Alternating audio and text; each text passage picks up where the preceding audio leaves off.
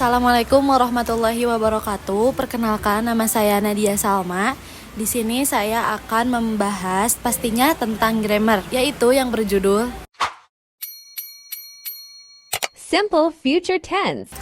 Nah, apa sih simple future tense itu? Jadi, simple future tense itu adalah aktivitas atau peristiwa yang akan terjadi di masa depan. Artinya, aktivitas atau peristiwa tersebut belum terjadi dan masih di tahap perencanaan. Tense ini juga sering digunakan ketika sedang merancang rencana yang akan dilakukan pada masa mendatang. So, karena ini yang pertama di simple future, maka saya akan membahas simple future. Bagaimana sih cara penggunaannya? Maka simak ya video ini. Nah, kira-kira rumus dari simple future tense itu apa sih? Akan tetapi, sebelum kita memasuki rumusnya dan mengetahui rumusnya, kita juga harus mengetahui keterangan waktu yang ada di simple future tense. Yang pertama ada tomorrow. Tomorrow itu artinya besok. Nah, besok ini termasuk yang ada di simple future tense karena termasuk dari sesuatu yang akan dilakukan di esok nanti. Nah, yang kedua ada next month atau bulan depan. Yang ketiga ada next week, yaitu minggu depan. Nah, semuanya ini termasuk dari simple future tense. Soalnya kenapa? Karena jika kita melakukan di besok hari atau di minggu depan, bahkan di bulan depan, maka itu termasuk dari simple future tense. Oke, sekarang kita masuk ke contoh kalimatnya. Ada verbal dan juga ada nominal. Nah, sebelum kita mengetahui yang verbal sama yang nominalnya, kita juga harus mengetahui icon atau ciri dari simple future tense ini, yaitu adanya kalimat will. Baik kalimat itu di verbal ataupun nominal, apalagi ini di simple future tense. Nah, langsung saja ya kita bahas yang verbalnya.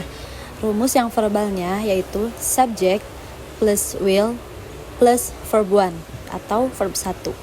Nah, coba kita kasih contoh di kalimat positifnya. Misalnya subjeknya you. You will take a bath, yang artinya kamu akan mandi. Atau kita ganti subjeknya menjadi she. She will take a bath. Maka artinya dia perempuan akan mandi. Jadi artinya sama saja. Dan tidak ada yang beda, tinggal diubah saja subjeknya. Nah, sekarang contoh dari kalimat negatifnya. Rumusnya subject plus will plus not plus verb 1. Jadi bedanya dengan yang kalimat positif tadi, setelah will kita menambahkan not di kalimat negatif. Contoh subjeknya memakai you. You will not take a bath, yang artinya kamu tidak akan mandi. Nah, selanjutnya contoh dari kalimat interrogatif atau kalimat tanya. Tidak ada bedanya, sama aja kayak kalimat positif dan negatif. Tetapi perbedaannya, will yang tadinya di tengah kita pindahkan ke depan.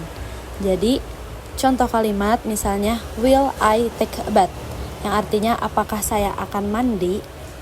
Nah, intinya kata kerjanya tidak boleh berubah, harus tetap memakai verb 1 atau verb 1. Nah, seperti itu contoh dari kalimat verbal simple future tense. Nah, sekarang contoh dari kalimat nominal simple future tense. Perbedaannya adalah kalau nominal selalu berhubungan dengan kalimat ana. Jadi, dia tidak punya kata kerja asli, adanya ana. Ana itu apa sih? A yang di depan yaitu adjective, N yaitu noun, dan A yang terakhir adalah adverb. Jadi, kalimat nominal tidak punya kata kerja. Dia akan selalu berhubungan dengan ana.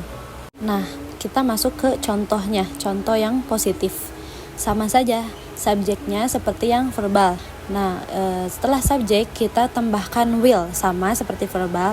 Nah, apa sih yang membedakan verbal sama nominal? Kalau verbal itu tadi will saja, akan tetapi di nominal ini kita menambahkan be. Jadi setelah subjek plus will plus be plus ana. Nah, misalnya saya akan menggunakan kalimat noun, yaitu teacher. Jadi contohnya, I will be teacher.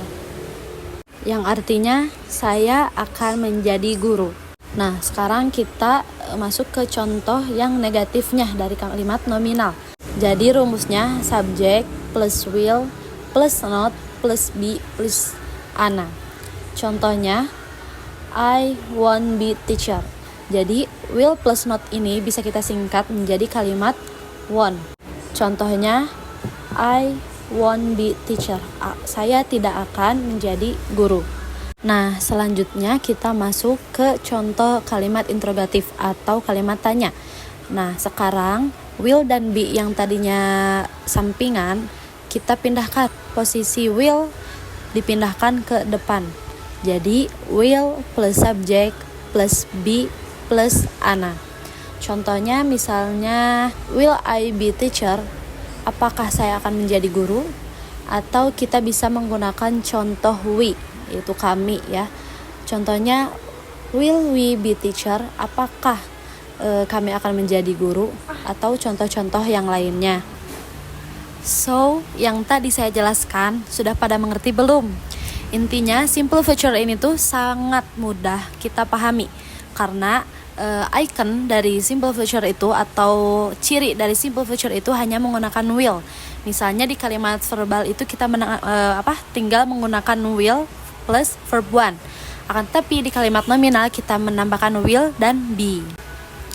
Dan jangan bingung di kalimat negatif dan interrogatifnya. Di kalimat negatif bisa kita tambahkan not. Di kalimat verbalnya setelah will ditambahkan not, dan di kalimat nominalnya juga sama. Setelah will tambahkan not baru kalimat be. Nah, untuk kalimat interrogatif kita bisa memindahkan will yang tadinya di tengah ke depan. Jadi intinya yang di kalimat tanya itu will yang tadinya di tengah kita pindahkan ke depan, maka itu akan menjadi kalimat interrogatif. Kesimpulannya, simple future tense ini adalah tense yang menunjukkan waktu yang akan datang atau rencana yang akan kita rencanakan di masa depan. Maka sekian yang bisa saya sampaikan. Mohon maaf apabila ada kekurangan. Saya Nadia Salma, pamit undur diri. See you next time. Dadah.